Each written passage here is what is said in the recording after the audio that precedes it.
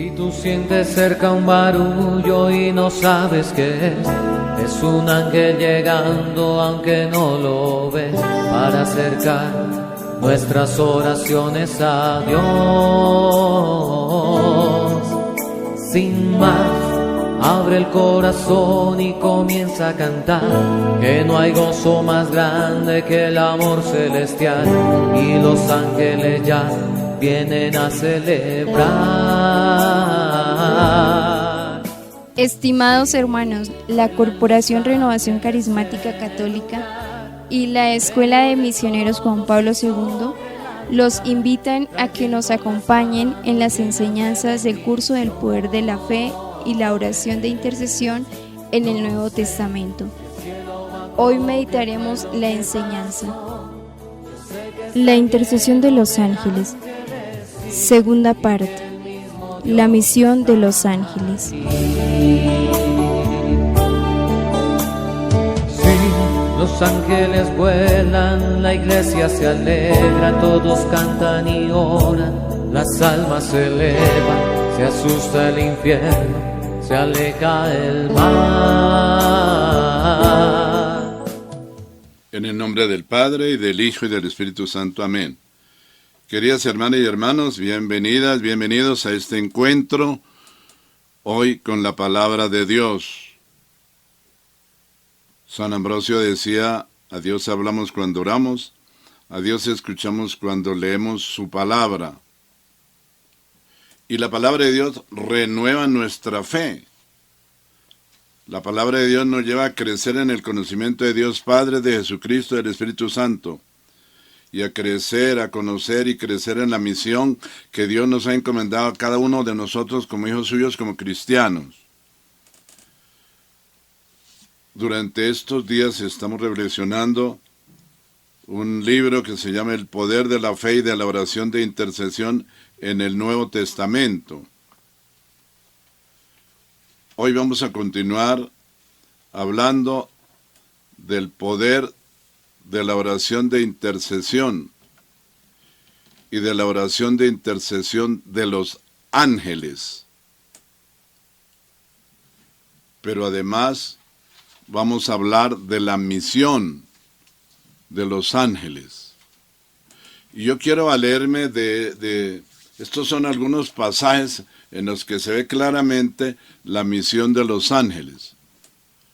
Así brevemente enuncio los textos y en síntesis, ¿no?, comparto la enseñanza, pero los invito a que profundicemos en estos textos de la Escritura. Por ejemplo, en Génesis 19, 1 al 2, la Escritura habla de dos ángeles. Llegan a Sodoma y encuentran a Lot fuera de su casa, y éste les invita a pasar la noche en su casa para descansar y para que a la mañana siguiente continúen su viaje. Estamos viendo la misión de los ángeles. En Génesis 48, 16, Jacob invoca la ayuda de un ángel para que bendiga a Efraín, Manasés y José y generen una gran descendencia. En Zacarías 1, del 8 al 9, pregunta al ángel del Señor, ¿quiénes son un hombre y unos caballos de distinto color que él había visto? Y el ángel le respondió. Si pasamos a reflexionar, ¿no?, la misión de los ángeles en el Nuevo Testamento, vemos a un ángel, presumiblemente el arcángel Gabriel, que anunció a Zacarías que su esposa dará a luz a Juan Bautista. Esto aparece en el Evangelio de San Lucas, capítulo 1. También está la famosa aparición del ángel Gabriel a la Virgen María en el pasaje de la Anunciación, que relata el Evangelio de San Lucas del capítulo 1, verso 26 al 38. Además, a lo largo del libro del Apocalipsis, San Juan ve o está acompañado por ángeles. En el Apocalipsis 10, verso 9 y capítulo 17, verso 7. Entonces notemos que hay una interacción verbal entre los ángeles y San Juan. Hasta aquí vemos probadas razones por las cuales la Iglesia Católica sostiene que nos podemos comunicar con los santos y ángeles y hacerles peticiones para que intercedan ante Dios por nosotros. La Biblia también nos presenta pasajes de ángeles y santos, presentando nuestras oraciones a Dios. Me parece este tema importante. Los ángeles reciben nuestras oraciones también, interceden ante Jesucristo, ante Dios, presentan nuestras oraciones ante Dios. Así lo dice el Apocalipsis, capítulo 8, verso 1. Cuando el Cordero abrió el séptimo sello, se hizo silencio en el cielo como una media hora. Y en Apocalipsis 8:2 dice, vi entonces a los 7 ángeles que están en pie delante de Dios. Le fueron entregadas 7 trompetas. En Apocalipsis 8:3 dice, otro ángel vino y se puso junto al altar con un badil de oro. Le dieron muchos perfumes que son las oraciones de todos los santos, de todos los cristianos. Los ofreciera sobre el altar de oro colocado delante del trono. En Apocalipsis 8:4 dice la Escritura, y por mano del ángel subió delante de Dios la humareda de los perfumes con las oraciones de los santos. Es decir, ellos presentan también al Padre y a Jesús nuestras oraciones. Ellos son intercesores ante el Padre y ante Jesucristo, ante el Espíritu Santo por nosotros, por nuestras necesidades. En Apocalipsis 8:5 dice, y el ángel tomó el badil y lo llenó de las brasas del altar y la arrojó sobre la tierra. Entonces hubo truenos, fragor, relámpagos y temblor en la tierra. Reflexionemos ahora en algunos textos, ¿no?, del Antiguo Testamento. Por ejemplo, el texto de Tobías 12, del 12 al 5, para discernir, para ver cuál es la misión de los ángeles. Y dice así la Escritura, le dice el ángel a Sara, cuando tú, Sara, hacías oración, era yo el que presentaba y leía ante la gloria del Señor el memorial de vuestras peticiones. Y lo mismo hacía cuando enterrabas a los muertos. Tobías 12:13 dice, cuando te levantabas de la mesa sin tardanza, dejando la comida para esconder un cadáver, era yo, le dice el ángel, enviado para someterte a prueba. En Tobías 12:14 dice, también ahora me ha enviado Dios para curarte a ti. Ah, qué bueno, para curarte a ti y a tu nuera Sara. El ángel de Dios que tenía el poder para curar las enfermedades de Tobías y de Sara. Pero también en Tobías 12:15 dice el ángel, yo soy Rafael, uno de los 7 ángeles que están siempre presentes y tienen entrada a la gloria del Señor.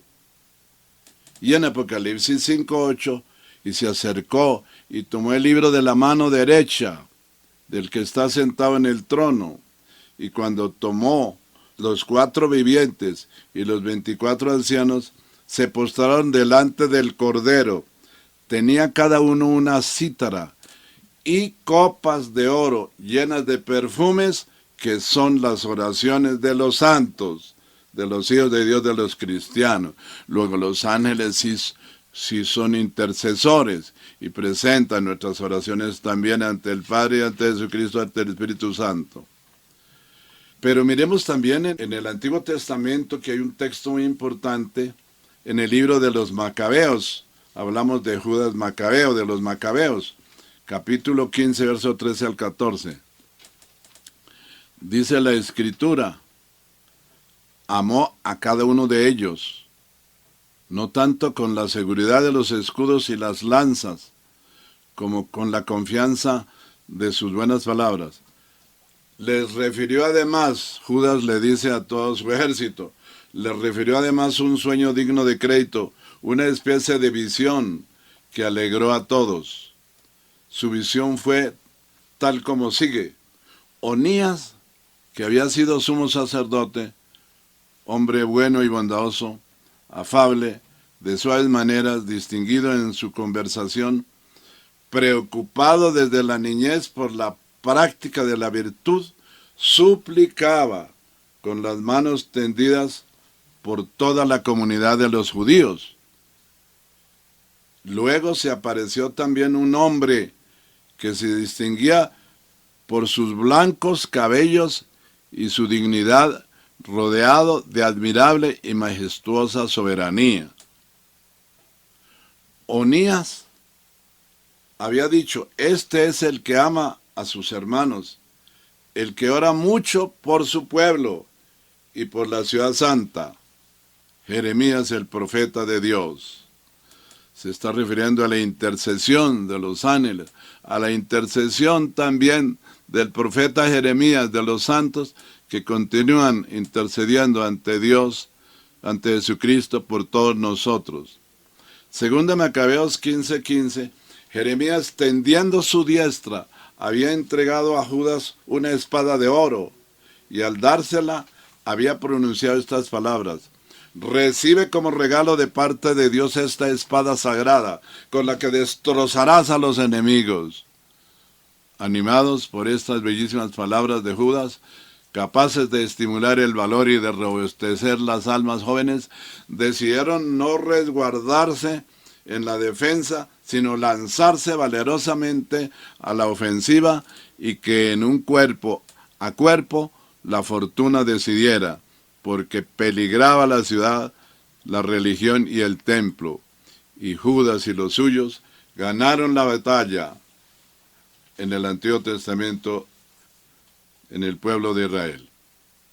Hermanas y hermanos, una oración a los ángeles de la guarda por tus hijos e hijas. Los ángeles de la guarda son una poderosa ayuda contra el peligro, pues así lo dice el Código de Derecho Canónico 336 y también el Catecismo de la Iglesia Católica. Según declara el Catecismo de la Iglesia Católica, dice: desde su comienzo hasta la muerte, la vida humana está rodeada de ángeles y de su custodia y de su intercesión. Catecismo de la Iglesia Católica, numeral 336. Cuando uno sale de la comunidad, de la comodidad, sale del hogar, nadie sabe lo que puede sucederle a uno o a nuestros hijos. Así ha sido desde Adán y Eva, y seguirá siendo hasta Jesús, hasta el día de hoy, hasta que Jesús venga en el fin del mundo. No siempre vemos o sentimos su presencia, pero la verdad es que están ahí, acompañándonos, dispuestos y preparados para acudir en nuestra ayuda, conscientes que el mundo está lleno de peligros. Es bueno saber, hermanas y hermanos, que no estamos solos, y que cuando nosotros no podemos estar físicamente junto a nuestros hijos para protegerlos, lo más conveniente es rezar a los ángeles, rezar a la Virgen María, rezar a los ángeles de la guarda, que los protejan, que los guarden. La oración de las madres a los ángeles de la guarda de los hijos es una manera que tienen para calmar su corazón y estar en paz, sabiendo que el ángel protege a nuestros pequeños. Queridas hermanas y hermanos, estamos hablando compartiendo la enseñanza sobre la existencia de los ángeles y sobre la misión de los ángeles en favor de cada uno de los hijos de Dios, en favor de cada uno de los cristianos, en favor de cada uno de nosotros, en favor de nuestras familias. Estamos hablando que todo lo que Dios creó, Génesis 2:1 lo creó bueno en gran manera. Todos los ángeles que Dios creó, los creó buenos en gran manera. Pero el pero es, algunos ángeles en el trono de Dios se rebelaron contra Dios, se rebelaron contra su proyecto de salvación. No quisieron obedecer a Dios, no quisieron hacer caso, y Luzbel, por eso también hay ángeles malos. Luzbel se rebeló contra Dios. Luzbel fue un ángel bueno que Dios creó y le dio mucho poder y lo puso como, llamémoslo así, como un superministro del estado angélico allá en el trono de la gloria de Dios. Pero se rebeló contra Dios, se rebeló y empezó, dice el libro del Apocalipsis 12:4, empezó a decirle a los otros ángeles que se rebelaran contra Dios y logró conquistarse la tercera parte de ángeles buenos que Dios había creado. Esto lo dice el Apocalipsis capítulo 12, verso 4. Logró conquistarse la tercera parte de los ángeles que Dios había creado buenos para que se rebelaran contra Dios. Antes de que eso sucediera, Dios llamó a Luzbel, se llamaba Luzbel, ángel de luz, luz bella. Después quedó convertido en Lucifer. Lo llamó, hubo una sentencia en el cielo contra Lucifer y sus ángeles rebeldes, y dice así la escritura en Apocalipsis 12:9, así que fue expulsado el gran dragón, aquella serpiente antigua que se llama Diablo y Satanás y que engaña a todo el mundo. Él y sus ángeles fueron lanzados a la tierra. Esta es una verdad, a la tierra de los infiernos. De manera que Jesús, también en el Evangelio de San Lucas, Jesús le dice a sus discípulos, a sus apóstoles, Jesús ya les había dado poder sobre los demonios y poder para curar enfermedades y los mandó a trabajar en las misiones. Y los 72 regresaron muy contentos diciendo, Señor, hasta los demonios nos obedecen en tu nombre. Y Jesús les dijo, sí, pues yo vi que Satanás caía del cielo como un rayo. Jesús es testigo de esta verdad porque fue arrojado del cielo a la tierra y a los infiernos. Yo vi, pues, que Satanás caía del cielo como un rayo. Yo les he dado poder a ustedes para caminar sobre serpientes y alacranes y para vencer toda la fuerza del enemigo sin sufrir ningún daño. Pero no se alegren porque los espíritus los obedecen, sino que sus nombres ya están escritos en el cielo. De manera que la iglesia en el concilio de Letrán dice, la iglesia enseña que primero fue un ángel bueno, creado por Dios, ¿no? El diablo y los otros demonios fueron creados por Dios con naturaleza buena, pero ellos se hicieron a sí mismos malos. Ellos se hicieron a sí mismos malos. Satanás, ¿no? Es el adversario, el enemigo, el acusador, ¿no? Escogida esta palabra en árabe por la iglesia por considerarlo un idioma sucio. Su equivalente en griego es diabolos, procedente del verbo diaballo, y posee un significado semejante de oposición o enfrentamiento. Ya también en 1 Macabeos 13:6, el texto griego encontraba la palabra diabolos con un significado de adversario, como el enemigo. También en algunas ocasiones incluye el sentido de acusador o calumniador. Y esto es importante tenerlo en cuenta porque el diablo acusa a los cristianos ante Dios, ¿no? Como sucedió en Lucas 22:31, que Jesús, los apóstoles del Señor se pusieron a disgustar, buscando quién ocuparía el primer puesto, y estaban llenos de orgullo, de soberbia, y le pedían a Jesús tantas cosas. Entonces Satanás se dio cuenta que estaban peleando los apóstoles aquí en la tierra, los discípulos de Jesús, y Satanás le pidió permiso a Dios para zarandearlos, y Dios le dio permiso. Jesucristo en Lucas 22:31 dice: Simón, Simón, mira que Satanás ha pedido permiso a Dios para zarandearlos a ustedes como trigo en el arnero, pero yo he rogado por ti para que tu fe no venga abajo. Entonces, cuando tú caigas en cuenta de esto, ve y confirma en la fe y en la verdad a tus discípulos. Hermanas y hermanos, estas son las palabras dirigidas a Satán, príncipe de este mundo, por medio de un instrumento, rey de Babilonia. Es una tipología de Satanás en el sentido terrenal. Símbolo de Satanás, la tradición cristiana ha aplicado a menudo este poema a la caída de Lucifer. Dice así la Escritura en el libro de Ezequiel 28:11 al 19. Yahvé me volvió a dirigir la palabra diciéndome: Hijo de hombre, entona un canto fúnebre al rey de Tiro. Dile así, habla el Señor Yahvé. Tú eras, le dice Dios, eras un modelo de perfección, lleno de sabiduría y de belleza espléndida. Vivías en el Edén, en el jardín de Dios, es decir, en el cielo.